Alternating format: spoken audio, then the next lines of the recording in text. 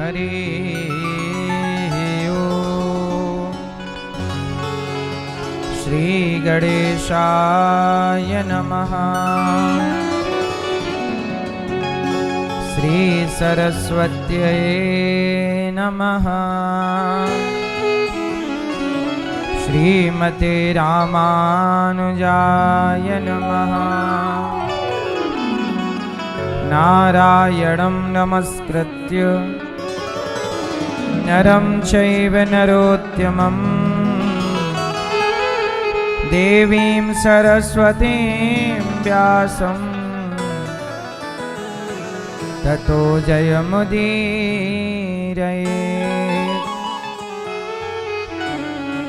लक्ष्मीनाथ समारंभां नाथयामुनिमध्यमाम् अस्मदाचार्यपर्यन्तां वन्दे गुरु परम्पराम्। जय जय श्री राधारमण, जय जय नवल किशोर, जय गोपी चित चोर प्रभु, जय जय माखन चोर। जय जय माखन चोर, जय जय माखन चोर। राधा मेरी मात है, पिता मेरे घनश्याम, इन दोनों के चरणों में मेरा कोटि कोटि प्रणाम। मेरा कोटि कोटि प्रणाम, मेरा कोटि कोटि प्रणाम। आए हो तो प्रेम से लो हरि का नाम, सब भक्तों को अनिरुद्ध की जय जय राधे श्याम। जय जय राधे श्याम, जय जय राधे श्याम, जय जय सीताराम। जय गौरी गोपाल, भज मन श्री राधे। जय गौरी गोपाल, भज मन श्री राधे। श्री राधे जय श्याम राधे, श्री राधे जय श्याम राधे। जय गौरी गोपाल, जय गौरी गोपाल, भज मन श्री राधे। जय गौरी गोपाल, भज मन श्री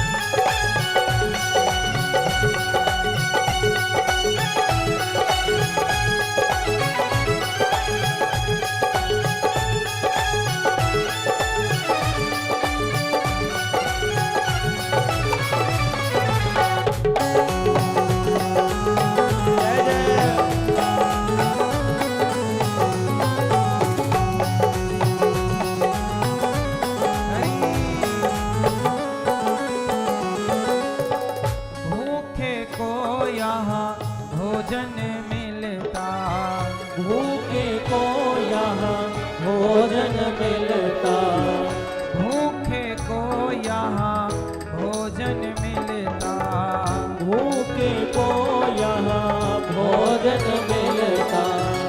गौरी गोपाल भगवान क्या क्या कराते हैं। भूखे को यहाँ भोजन मिलता, भूखे को यहाँ भोजन मिलता, वेदों का यहाँ गुरुकुल चलता, वेदों का यहाँ गुरुकुल चलता, संस्कारों का ज्ञान यहाँ, संस्कारों का ज्ञान भज मन श्री राधे, संस्कारों का ज्ञान भज मन श्री राधे। जय गौरी गोपाल भज मन श्री राधे, जय गौरी गोपाल भज मन श्री राधे।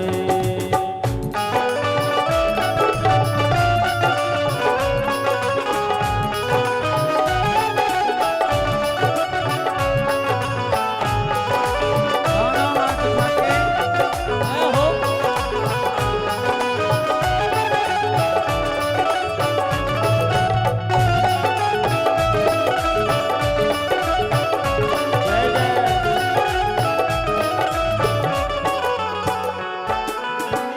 बेटा माँ को घर से निकाले, बेटा माँ को घर से निकाले, गौरी गोपाल भगवान क्या करते हैं। भूखे को भोजन, वेदों का गुरुकुल, और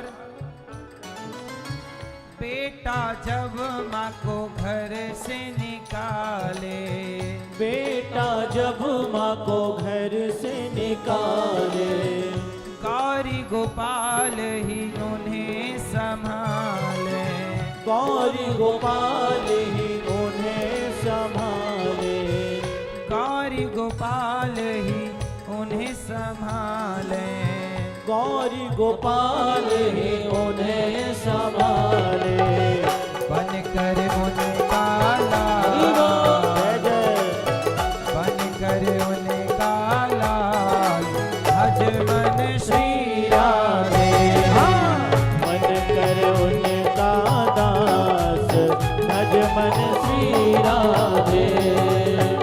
जय गौरी गोपाल भज मन श्री राधे, जय गौरी गोपाल भज मन श्री राधे।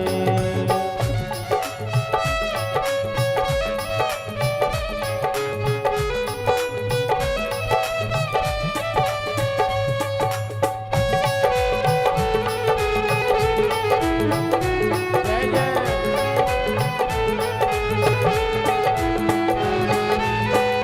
भूखे को यहाँ भोजन है जी, भूखे को भोजन प्यासे को पानी, भूखे को भोजन प्यासे को पानी, गौरी गोपाल की यही निशानी, गौरी गोपाल की यही निशानी।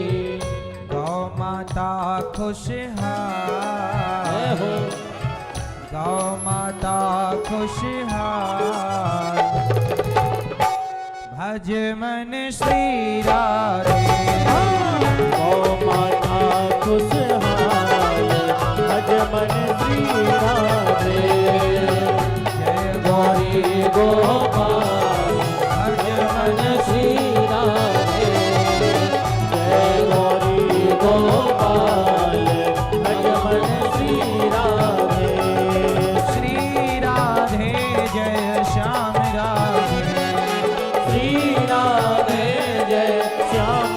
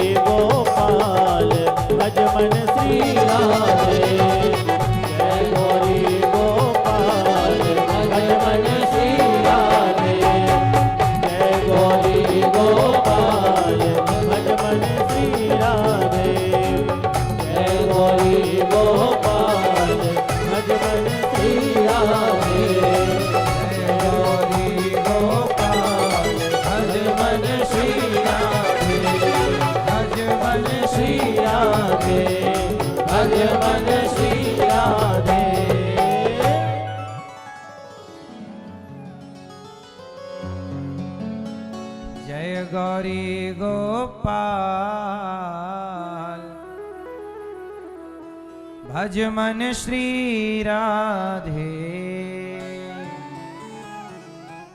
बोलिए भक्त वत्सल भगवान की जय। कृष्ण कन्हैया लाल की जय। जय जय श्री राधे श्याम। परम मंगलमय परात्पर अखिलेश्वर अखिल ब्रह्मांड नायक परात्पर परब्रह्म भगवान श्री कृष्ण की वांगमय प्रतिमूर्ति श्रीमद् भागवत महापुराण। दूर दूर से आई हमारी माताएं बहनें श्रोतागण भक्तगण साधना और श्रद्धा टीवी पर कथा का रसपान कर रहे सभी भक्तजनों को जय श्रीमन्नारायण, जय श्री कृष्णा, राधे राधे, जय गौरी गोपाल। कैसे हैं आप लोग? हमारे श्री अनिल कुमार जायसवाल जी, मैया श्रीमती कमलेश जायसवाल जी, आप कथा का आयोजन करा रहे हैं। कमलेश मैया जी का मन था कि भागवत हो, तो इनके मन के लिए अनिल कुमार जी ने भी अपना मन बना लिया है ना। किसका मन था पहले भागवत सुनने का? आपका कि इनका? आपका था। अच्छा, तो कमलेश मैया ने मन बना लिया फिर। ठीक है, आपने अपने पूर्वजों के लिए भागवत जी कराई है, पूर्वजों के कल्याण के लिए। तो पूर्वजों का तो भागवत से कल्याण होता ही है, 21 पीढ़ी का। साथ में आपके जो आने वाली पीढ़ी है वह भी सुरक्षित हो जाती है। जब आप कोई पुण्य करते हो ना, तो वह पुण्य सुरक्षा कवच का काम करता है, हमारे जीवन के संकटों को टालने लग जाता है। जैसे अंधकार को समाप्त करना हो तो प्रकाश ही करेगा, जैसे प्रकाश अंधकार को मिटा देता है, ऐसे पुण्य पाप को मिटा देता है और भक्ति आने वाले संकट को मिटा देती है। ये सत्संग, ये कथा, ये पुण्य का कवच है। जो भागवत सुनता है भगवान की कृपा जरूर होती है। अब उदाहरण से देख लो, कुंती बुआ के 5 बेटे हैं, आप सब जानते हैं, धर्मराज, युधिष्ठिर, अर्जुन, भीम, नकुल, सहदेव। आपको पता है इन 5 को मारने के लिए कौरवों ने क्या क्या नहीं किया। घर के अंदर बंद करके आग लगा दी, जिंदा जलाने का प्रयास किया था पांडवों को, कौरवों ने जिंदा जलाना चाहा, लाक्षागृह में बंद कर दिया था। कौन सा ग्रह था? और आग लगा दी। लेकिन आग लगा दी, षड्यंत्र रचा, फिर भी वह कौरव पांडवों को मारने में सफल नहीं हुए। बताओ क्यों? क्यों? क्यों? क्यों? क्योंकि कुंती माता भगवान के चरणों में समर्पित थी। प्रभु, मैं नहीं जानती कुछ, ये बच्चे मेरे नहीं हैं, आप रक्षक हैं।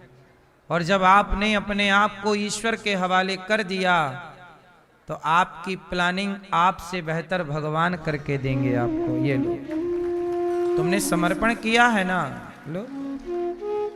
इसलिए कुंती बुआ के बेटों की रक्षा कुंती बुआ ने नहीं की, कुंती बुआ ने तो समर्पण कर दिया, भगवान रक्षक बन गए। हाँ या ना?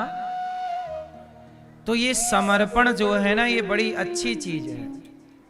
आप लोग जितने जल्दी हो सके भगवान के चरणों में आत्मसमर्पण कर दीजिए, कुंती बुआ की तरह। फिर देखो, चाहे कोई आग लगाना चाहे, कोई जहर देना चाहे, प्रहलाद जी ने अपने आप को समर्पित कर दिया तो प्रहलाद के पिता ने, सगे बाप ने आग में जलाना चाहा, जहर देके मारना चाहा, पहाड़ से फेंकना चाहा, लाख प्रयास किए बिगाड़ने के, मारने के, क्या वो बिगाड़ पाया? उत्तर दो। क्यों? क्योंकि प्रहलाद किसके आश्रित हैं? इसलिए कहता हूं आप लोग भी जल्दी से जल्दी भगवान के आश्रित हो जाइए। काम करो, मेहनत करो, पैसे कमाओ, काम सारे करो, जिम्मेदारियां पूरी करो, पर आश्रित रहो भगवान के। तो आपको भी काम करना है, पर किसके आश्रित होकर? भगवान के। श्री अनिल कुमार जी और श्रीमती कमलेश जी को, आपके पुत्र कार्तिकेय जी, पुत्री आंचल जायसवाल जी, पुत्री लक्ष्मी जायसवाल जी और रविशंकर जायसवाल जी, श्री मिथिलेश जायसवाल जी, मान्यता जायसवाल जी सुल्तानपुर से आप आए हैं। साथ ही श्री रामकृष्ण राज जी, मैया मौसी इनकी सविता मरकाम जी। सविता जी की माँ की इच्छा थी कि वो भागवत सुने, पर माँ सुन नहीं पाई, भगवान के घर चली गई। तो माँ नहीं सुन पाई तो माँ के सपने को उनकी बेटी ने साकार किया और माँ को अब भागवत सुनवा रही है। माँ के सपने को बेटी पूरा करने चली है। इसलिए कहता हूं कि बेटा हो पर बेटी भी होनी चाहिए। कई बार बेटा अपनी जिम्मेदारियां पूरी नहीं करते, तब बेटियां जिम्मेदारी पूरी करती हैं। बेटा माँ बाप को भागवत नहीं सुना पाए तो बेटी सुनवाए। आपके भाई श्री दीप मरकाम जी, आप सभी प्रेम से भागवत सुन रहे हैं और हर बेटे का, हर बेटी का धर्म है कि वो अपने माँ बाप के लिए कुछ पुण्य का कार्य करे, और वही आपने किया है। भगवान आप सबको सुखी रखें। अपने 21 पीढ़ियों को आपने तार दिया है। अभी 5 तारीख से रक्सौल बिहार में 5 फरवरी से कथा है। कुछ लोग अफवाह वहां फैला रहे हैं कि वहां कथा सुनने के लिए पैसे लिए जाएंगे, ऐसी अफवाह है। आप सभी भक्तों से मैं प्रार्थना करूं कि भागवत सुनने आप आइए कहीं भी, जहां अभी रक्सौल में हम आएंगे वहां, या आप वृंदावन में आओ यहाँ। जब आप भगवान से जुड़ते हैं, कथा सुनते हैं, तो कथा सुनने का कोई शुल्क नहीं होता। कितने भी लोग आओ, लाख लोग आओ, 10 लाख आओ, सबको बैठने की व्यवस्था फ्री में, कथा सुनने की सेवा फ्री में, कोई चार्ज नहीं होता। इसलिए इन अफवाहों से बचें। जो बेधर्मी लोग ये अफवाह फैला रहे हैं, क्योंकि जब कथाओं का तूफान आता है ना, तो बेधर्मी लोगों को लगता है कहीं सब लोग कथा सुन के भक्त ना हो जाएं, तो वो अफवाह फैलाने लग जाते हैं। इसलिए आप सभी रक्सौल और रक्सौल के क्षेत्रवासी, बिहारवासी, आप सभी कथा में आइए। आप सादर आमंत्रित हैं। किसी प्रकार का आपका कोई चार्ज, कोई शुल्क, कोई पैसा खर्च नहीं होगा। आप आइए, प्रेम से कथा सुनिएगा और सबको लाइएगा। कथा सुनना किसी यज्ञ करने से कम नहीं होता। यज्ञ करने का जो पुण्य है, वही पुण्य कथा सुनने का है। तो आप सब प्रेम से सादर सादर आमंत्रित हैं। रक्सौल वासी 5 तारीख से कथा है, 11 तारीख तक आनंद लीजिएगा कथा का। प्रिय भक्तों, कल हम लोगों ने कथा में सुना कि भगवान गोवर्धन उठाए। क्यों? कल कौन सी कथा सुनी थी? 1 उंगली से गोवर्धन उठा लिया। भगवान कितने दयावान हैं। मैया शांत रहो मेरी माँ। इतने दयालु भगवान कि भक्तों के लिए पहाड़ उठा लेते हैं। भगवान ने गिरिराज जी को उठाया, बाद में गिरिराज जी को स्थापित किया और सब भक्तों की रक्षा की। भगवान ये कहते हैं कि यदि तुम मेरे भरोसे हो तो मैं तुम्हारा रक्षक हूं, और तुम्हारी रक्षा के लिए पहाड़ भी उठाना पड़े तो हम पहाड़ भी उठाने को तैयार हैं। भगवान अपने भक्तों को भरोसा दिला रहे हैं, तुम भरोसा करो। आपका काम क्या है भगवान पे? भरोसा करना। अच्छा, आप में से कितने लोगों को भगवान पे भरोसा है? क्या भरोसा है आपको मैया? है? भरोसा किस बात का है? आप मरोगे नहीं इस बात का है?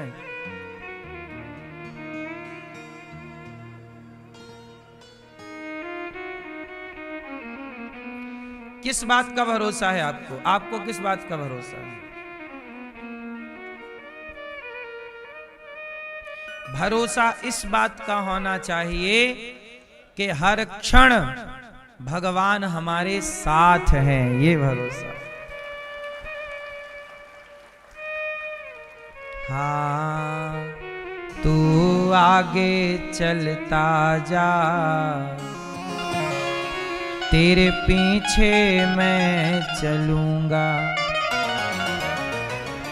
तू थक भी गया राहों में, मैं तुझको उठा के चलूंगा। हर वक्त हर घड़ी मैं साया बन के चलूंगा। तुम 2 कदम चलो, मैं 10 कदम चलूंगा। तेरी डूबती नैया का माझी बन जाऊंगा। तू छोड़ दे चिंता को, आंधी को रोक लूंगा। तू रख ले मुझ पे भरोसा, तू रख ले मुझ पे भरोसा। नैया पार लगा दूंगा। तुम 2 कदम चलो, मैं 10 कदम चलूंगा। क्या रखना है आपको? तू आगे चलता जा, ये भरोसा कि हमारे साथ तू अकेला नहीं प्यारे, राम तेरे साथ हैं। कभी ये ना सोचना कि आप अकेले हैं, सदा ये सोचना कि भगवान आपके। पहाड़ किसने उठाया है? भगवान कृष्ण ने। अच्छा ये बताओ, आपके घर में भी कोई पहाड़ है कि नहीं? क्यों? आपके घर पे कोई पहाड़ है?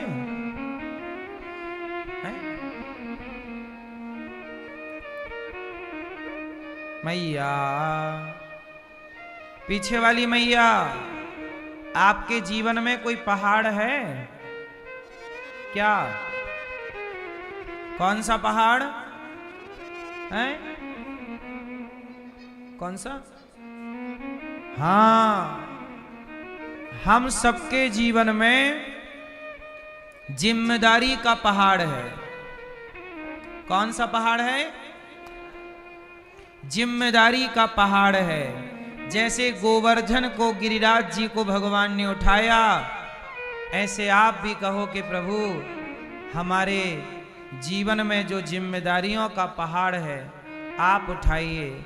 ये परिवार का पहाड़, ये व्यापार का पहाड़, ये जिम्मेदारियां हमसे ना उठेंगी तो आप अपने जिम्मेदारियों का पहाड़ भगवान को दे दो, भगवान उठा लेंगे और आप उस छाया में रह के आनंद से रहना। तो आपका भी पहाड़ भगवान ही उठाते हैं, कोई माने या ना माने।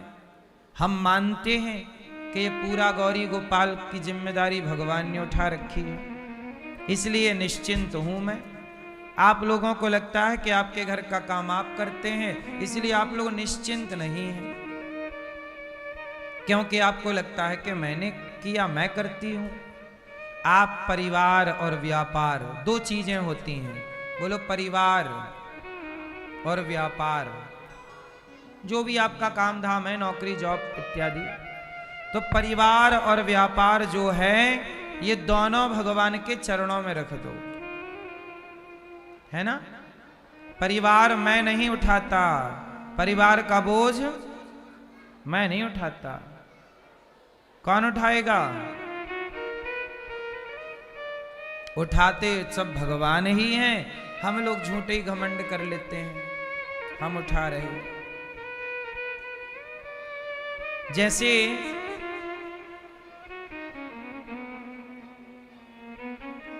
ऊंट को लगता है कि मैं सबसे बड़ा हूं, ऊंट को क्या लगता है? मैं सबसे, लेकिन जब पहाड़ के आगे आता है तो लगता है कि मैं तो छोटा हूं। लोग नहीं कहते आया ऊंट पहाड़ के। कुत्ते को लगता है, एक गाड़ी थी बैलगाड़ी छकड़ा, तो गाड़ी के नीचे नीचे कुत्ता चल रहा था, तो कुत्ता रोज चले, तो एक दिन कुत्ते को लगा कि गाड़ी मैं चला रहा हूं। अगल बगल दो बैल थे, बैल के यहां गर्दन पे रखी थी गाड़ी, और कुत्ता सेंटर में चल रहा था नीचे। कुत्ते को एक दिन लगा यार मैं रोज चलता हूं, गाड़ी चलती है, इसका मतलब ये गाड़ी मेरे द्वारा चल रही है, मैं चला रहा हूं। सच बताओ गाड़ी कौन चला रहा था, बैल की कुत्ता? एक दिन गधा मिल गया, कुत्ते से बोला गधा कहो भैया कैसे हो? कुत्ता बोला गधा बढ़िया हूं, आजकल बहुत जिम्मेदारी है मेरे कंधे पर। गधा बोला क्या? बोले तेरे कंधे पे, तेरी पीठ में तो जरा से कपड़े होते हैं, मेरे कंधे पे इतनी बड़ी बैलगाड़ी है। गधा बोला भैया मैं इतना भी बड़ा गधा नहीं हूं, ये गाड़ी तुम्हारे कंधे पे नहीं है, ये बैलों के कंधे पर, दो बैल चल रहे हैं अगल बगल। कुत्ता बोला कर दी ना गधों वाली बात, ये हमारे बॉडीगार्ड हैं। गधा बोला अच्छा गाड़ी आप चला रहे हो? बोले हाँ। तो गधा बोला आप चला रहे हो तो रुको, स्टॉप। कुत्ता रुका, संयोग बस गाड़ी भी रुक गई।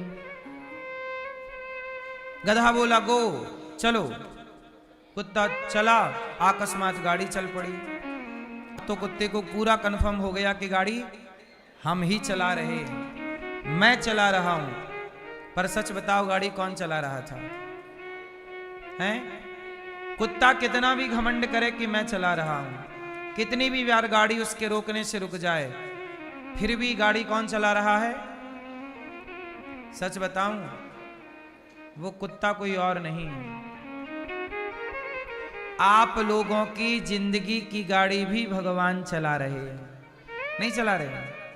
आपकी गाड़ी भी बैल, जैसे वो गाड़ी बैल चला रहे थे, कुत्ता झूठी छाती पटक रहा, पीट रहा, मैं चला रहा, मैं चला, ऐसी सबकी गाड़ियां भगवान चलाते हैं। हम उस कुत्ते की तरह झूठा घमंड लिए घूमते रहते हैं, मैं कर रहा हूं, मैं कर रहा हूं, मैं कर रहा हूं, मैं नहीं करूं तो ये काम ना होए।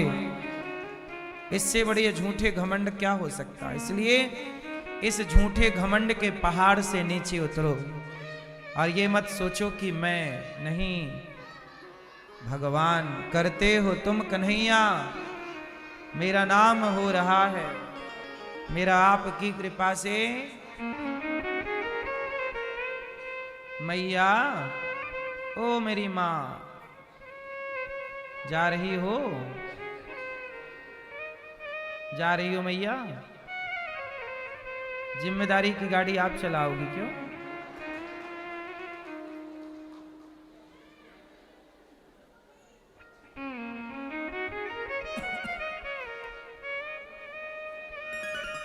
भगवान ने गिरिराज जी को स्थापित किया, सबके प्राणों की रक्षा। अच्छा, इंद्र को ना घमंड आ गया, मैं पानी बरसाता हूं।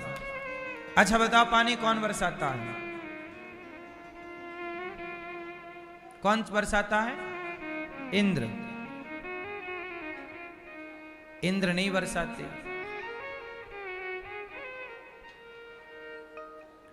पानी कौन बरसाता है?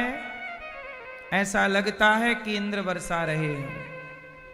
कर्मणा जायते जंतु कर्मणैव विलीयते, सुखम दुखम भयम क्षेमम कर्मणैवाभिपद्यते। इंद्र तो भगवान के दास हैं। भगवान की आज्ञा होती है कि अब चलो ये करो, तो देवता वही करने लग जाते हैं। भगवान ने आज्ञा दी ये काम करना है, चलो। अग्नि को काम दिया, चलो दाहकत्व प्रकट करो। अग्नि में दाहकत्व ना हो, दहक ना हो, अग्नि में गर्मी ना हो, जलन ना हो, तो अग्नि का मतलब क्या? जल में शीतलता ना हो, तो जल में शीतलता कौन भरता है? अग्नि में दाहकत्व कौन भरता है? सबके मूल में भगवान है। इसलिए भगवान कृष्ण ने कहा, बाबा इंद्र की पूजा ना करो, गिरिराज जी की पूजा करो। आपके नंद बाबा बोले कि हमारे पूर्वज तो इंद्र की पूजा करते आए हैं। भगवान बोले, आपके पूर्वज गलती करेंगे तो आप भी गलती करेंगे क्या? आप लोग भी यही गलती करते हैं।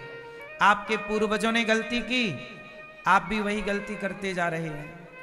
कुछ गलतियां ऐसी हैं जो आप लोग अभी तक करते जा रहे हैं। कुछ गलतियां मैं गिना देता हूं। जैसे कोई कहे कि हमारे यहां तो बच्चा पैदा होता है तो बकरे की बलि चढ़ती है ना? कुछ लोगों के यहां बलि चढ़ाने की प्रथा है। बोलो हाँ, हाँ या ना? अब बताओ, ये प्रथा सही है कि गलत है? अब जो लोग बलि चढ़ाते हैं वो कहते हैं नहीं जी ये तो सही है, हमारे बाप दादे चढ़ाते चले आए। तो बाप दादे चढ़ाए होंगे, उनकी मजबूरी रही होगी। आज जरूरत नहीं है इस चीज की। गलत परंपराएं यदि बाप दादों ने शुरू की है तो आपका धर्म है कि उस गलत परंपरा को आप रोकें। ये नहीं कि चली आई हैं तो जी चलती जाएंगी क्योंकि परंपरा है, नहीं। दूसरी परंपरा, जैसे आपके घर में कोई एकादशी के दिन मृत्यु हो जाती है तो आप लोग कहते हैं जी एकादशी के दिन मर गए, अब एकादशी नहीं करेंगे क्योंकि एकादशी मान हो गई। कृष्ण जन्माष्टमी के दिन कोई मर जाए तो आप कहते हो जी कृष्ण जन्माष्टमी नहीं मनाएंगे क्योंकि ये तिथि मान हो गई, क्योंकि मर गया कोई। अब आप कहते हो ऐसा क्यों? बोले हमारे बाप दादे ऐसा करते आए हैं।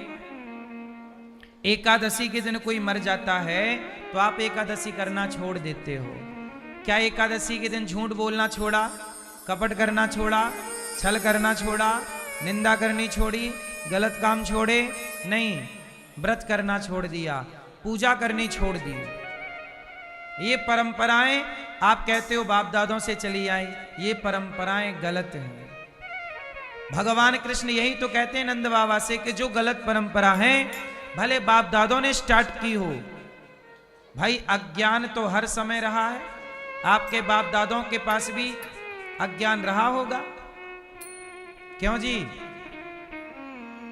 आपके बाप दादे यदि कुछ अच्छे काम कर गए हैं तो कुछ गलत काम भी कर गए हैं। बोलो हाँ, ये बात सही है कि नहीं? जैसे हमारे देश में हमारे पूर्वज आजादी दिला गए, क्रांतिकारी क्या दिला गए? आजादी। तो हमारे पूर्वज आजादी दिला गए, ये अच्छा काम किया। पर हमारे और आपके कुछ पूर्वज बूढ़े लोग देश बांट गए, तो सही कर गए गलत कर गए? बोलो। पाकिस्तान, बांग्लादेश भारत का हिस्सा था, बांट दिया, मुसलमानों के नाम पे बांटा। वो बांटा भी तो ठीक से नहीं बांटा।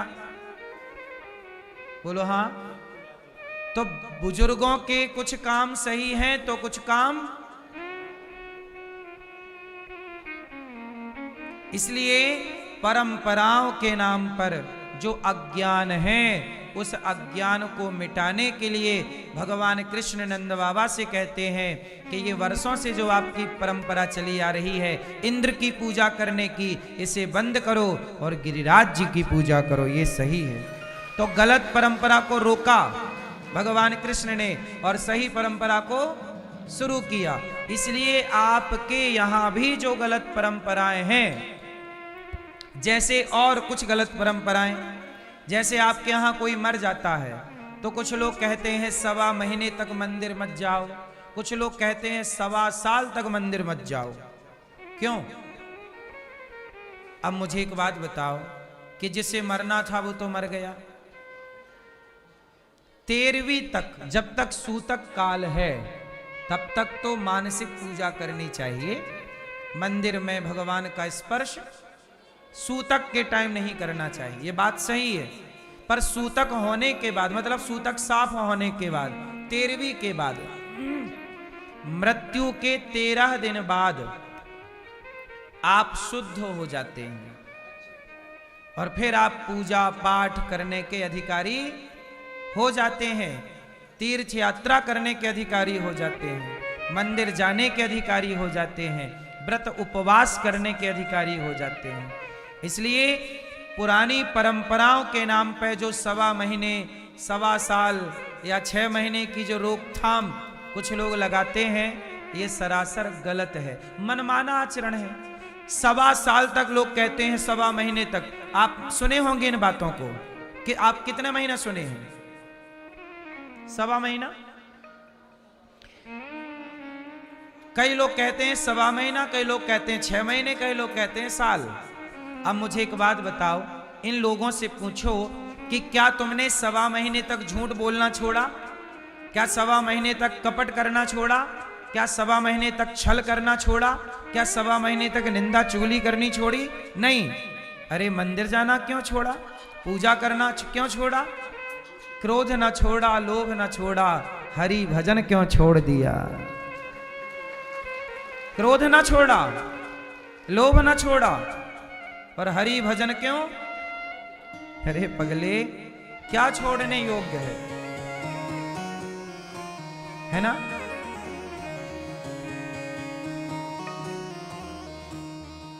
क्यों भैया, क्या छोड़ने योग्य है आप बताओ? अच्छाई छोड़ने योग्य है कि बुराई? लेकिन मर जाने के नाम पर लोग बुराई नहीं छोड़ते। हाँ, नाम न क्रोध न छोड़ा, लोभ न छोड़ा, नाम जपन क्यों छोड़ दिया? क्रोध न छोड़ा, झूठ न छोड़ा, सत्य वचन क्यों छोड़ दिया?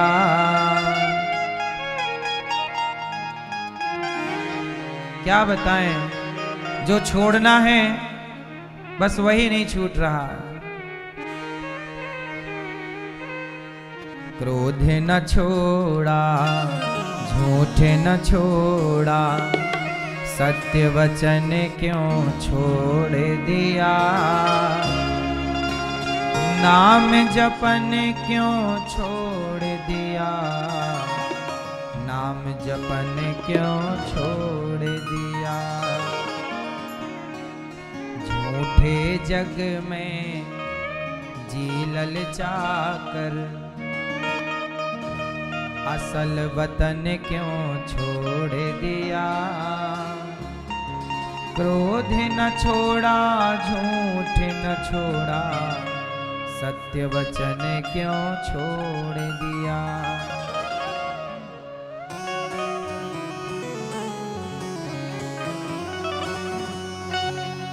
हाँ, कौड़ी को तो खूब संभाला, लाल रतन क्यों छोड़ दिया?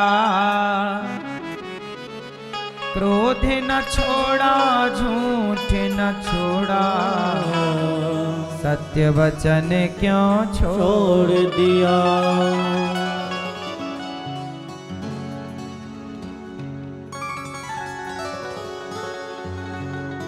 इसलिए मैया क्या छोड़ेंगे आप लोग? क्या छोड़ेंगे? तो परंपराओं के नाम पर जो गंदगी समाज में है, उस गंदगी को साफ कौन करेगा? हम सब। इसलिए कोई के मर जाने पर भी एकादशी का परित्याग नहीं करते। हाँ, जैसे एकादशी के दिन कोई मर जाए, आज हम व्रत हैं, आज आप व्रत हैं, आज फलाने व्रत हैं, और आज उनके घर में किसी की मृत्यु हो गई, तो अब कहो कि वो एकादशी कैसे करें? तो भाई एकादशी तो कर रहे हैं, मृत्यु हो गई, अच्छा है ना। इस बात की डबल खुशी मनानी चाहिए कि आज इनकी मृत्यु एकादशी की तिथि पर हुई। निश्चित जो एकादशी के दिन मरने वाला प्राणी है, वह कैसा भी हो, पापी से पापी भी, पर सही तिथि पर मृत्यु हुई तो वह भगवत धाम जाने का अधिकारी होता है। इसलिए हम उस तिथि के और ऋणी होकर और अच्छे से उन तिथियों को करें और अच्छे से व्रत करें। आज की तिथि पर आप व्रत हैं एकादशी और घर पे कोई मरा है, तो आज आप भोजन मत करना। वैसे भी मर जाने की तिथि, जैसे कोई मर गया तो उस दिन भी तो लोग खाते ही है ना, हैं? नहीं खाते, बस चाय पीते हैं। अरे सास मरी पड़ी रहती है, पड़ोसन ले आती है चाय अदरक वाली, और सास मरी पड़ी है चाय पी रही है। नहीं पीते चाय, हैं? तो आपके यहां पड़ोसी लोग चाय नहीं लाते जब कोई मर जाता है तो, हैं? बड़े कंजूस पड़ोसी हैं, नहीं पीते, अच्छी बात है। पर कई जगह ऐसा है ना, कोई मर जाए तो पड़ोसी लोग चाय वाय ले आते हैं, सही है। तो जैसे कोई मर गया, अच्छा जिस दिन लोग कोई मरता है ना, उस दिन तो चलो पूरा घर शोक का है, इसलिए कोई खाता पीता नहीं है, क्योंकि सब रो रहे हैं। तो जब कुछ ना खाओगे तो अपने आप आपकी एकादशी हो ही गई, अपने आप एकादशी। तो इस एकादशी को कोई मरा तो आप कुछ खाओगे नहीं तो एकादशी हो गई, और कुछ खाना है तो फल ही खा लेना, उस दिन भी चावल रोटी क्यों खाना। अगली जो एकादशी आएगी तब तक आपकी 13वीं हो चुकी होगी यहाँ पे, तो शुद्धि होगी, अगली एकादशी कंटिन्यू कर लेना। जिस तिथि को, जैसे आज जन्माष्टमी के दिन किसी के घर किसी की मृत्यु हुई, तो केवल आज की तिथि में वो उत्सव नहीं होगा, अगले साल जो जन्माष्टमी आएगी तो करना, क्योंकि मरने वाला तो 365 ही दिन है ना मरने के लिए, कोई एक दिन में तो मरना ही पड़ेगा, और जब मरेंगे तब कोई ना कोई तिथि तो रहेगी ही। ऐसे तो सारी तिथि फिर बाधित तो हो जाएंगी। इसलिए गलत काम छोड़ के सही काम कंटिन्यू करनी है। तो भगवान ने गिरिराज जी की पूजा कराई, और पूर्वजों के द्वारा जो इंद्र की पूजा की परंपरा थी वो, इसलिए तुलसीदास जी कहते हैं, और देवता चित्त न धरई, हम सनातनी लोग देवताओं की पूजा नहीं करते। किसकी पूजा करते हैं? भगवान की। बोलो हाँ, इंद्र की पूजा नहीं करते। हमारे भारत में इंद्र के मंदिर कहां है? इंद्र की पूजा नहीं है, हमारे यहां सिर्फ भगवान की पूजा है। देवता बड़े स्वार्थी होते हैं। यदि देवताओं की आपने पूजा की, अब देखो ना, इंद्र की पूजा नंद बाबा ने बंद कर दी, तो इंद्र ने बादलों से कहा जाओ पूरे ब्रजमंडल को डुबा दो, क्योंकि नंद बाबा ने हमारी पूजा नहीं की। तो देखो, जब पूजा करते रहे तो तुमने उन्हें कभी दर्शन नहीं दिया, और आज पूजा नहीं की तो डुबाने चले। तो ये देवताओं की पूजा नहीं करोगे तो डुबा देंगे। लेकिन भगवान कहते हैं कि देखो तुमने गोवर्धन की एक बार पूजा कर ली तो इंद्र के क्रोध से तुम्हें वही बचाएंगे जिनकी तुमने पूजा की है। ये गोवर्धन की पूजा, वही भगवान गिरिराज जी ने सारे ब्रजवासियों के प्राणों की रक्षा। इसलिए देवता नाराज हो जाते हैं, लेकिन भगवान कभी नाराज।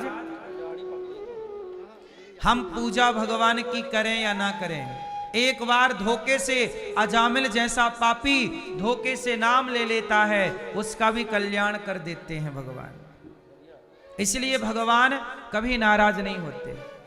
और तो सुनो, भगवान को तुम लात भी मार दोगे ना तो भगवान नाराज नहीं होंगे। भृगु ऋषि ने तो लात मार दी भगवान श्रीमन नारायण को छाती पे मार दी ना, पर भगवान ने भृगु जी के चरण पकड़ के कहते हैं, भृगु जी हमारी छाती बड़ी कठोर है, आपके चरण बड़े कोमल हैं, कहीं आपको चोट तो नहीं लग गई। लात मारने वाले से पूछ रहे हैं आपको चोट तो नहीं लगी। ऐसा स्वभाव किसका हो सकता है? केवल भगवान का हो सकता है। इसलिए कहता हूं कि भगवान की पूजा हम सनातनी करते, क्योंकि भगवान बड़े दयालु हैं। करोड़ों अपराधी मैं हूं, मेरे अपराध देवता क्षमा नहीं करेंगे, मेरे अपराध भगवान क्षमा करेंगे। इसलिए भगवान की पूजा है। भगवान में और देवताओं में अंतर है। देवता 33 करोड़ है, 33 कोटि देवता बहुत सारे हैं, भगवान एक है। देवता कौन है? भगवान के नौकर। देवता कौन है भगवान के? इंद्र कौन है? इंद्र भगवान के कौन है? नौकर हैं। इसलिए तुलसीदास जी ने कहा, और देवता चित्त न धरई, देवताओं को चित्त पे धरने की जरूरत। भगवान, भगवान कौन? भगवान श्रीमन नारायण, भगवान कृष्ण, भगवान राम। वह नारायण ही राम है, वही कृष्ण है, वही नृसिंह है, वही जगन्नाथ है, वही बिहारी जी हैं, वही है कृष्ण, वही है राम। इसलिए शंकर जी जब हनुमान जी बनकर आए तो वह भी राम की पूजा करने लग गए, भगवान की पूजा। देवताओं के ऊपर कौन है? देवाधिदेव। देवताओं के ऋषि कौन है? देवताओं के ऋषि कौन है? कौन है? देवर्षि। देवर्षि नारद। नारद जी देवताओं के भी ऋषि हैं, और वो देवताओं के ऋषि नारद जी सदा नारायण नारायण का जाप करते हैं। हाँ या ना? देवताओं के ऋषि नारद जी हैं, देव ऋषि हैं। हमारे आपके ऋषि कौन हैं? हम मनुष्यों के ऋषि कश्यपोत्री वसिष्ठस्य विश्वामित्रोथ गौतमः जमदग्निर्भरद्वाज। ये 7 सप्त ऋषि हैं, पर इन ऋषियों के ऊपर भी नारद जी हैं। सारे ऋषियों के ऊपर कौन है? और वो नारद जी क्या जपते हैं?